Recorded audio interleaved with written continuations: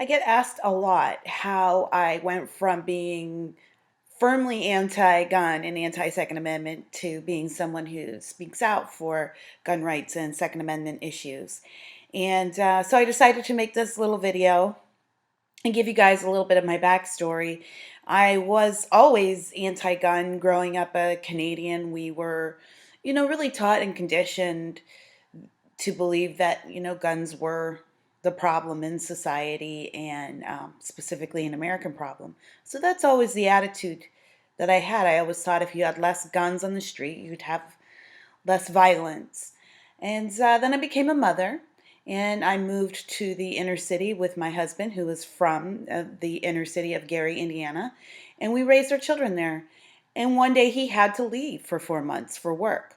And I found myself in the middle of the ghetto with two kids and no way to protect us. And living in a place where the police didn't always come when they were called, I realized I had a bigger responsibility. I had a responsibility to keep my kids safe. So I told my husband, as uncomfortable as it made me feel, I would like to get a gun.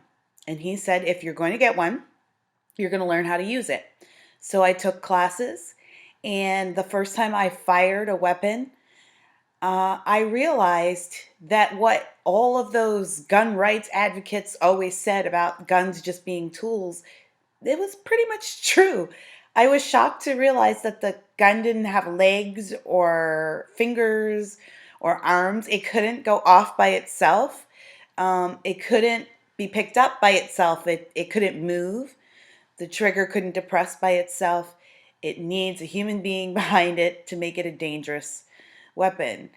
And I actually felt a little powerful. I felt like I was taking back some control in some way. Unfortunately, I never had to use that weapon in defense of my children, but it was there if I needed it, when I needed it.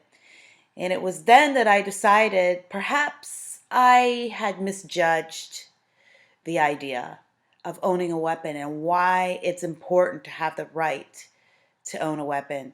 And so that prompted me to start learning about the Second Amendment and start studying its history. Being a Canadian, I didn't really grow up with American history, so I kind of had to learn on my own.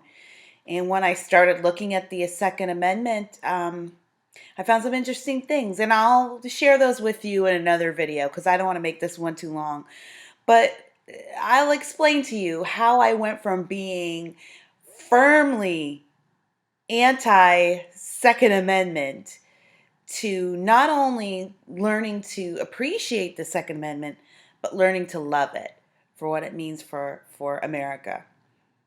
So that's my story. Stay tuned.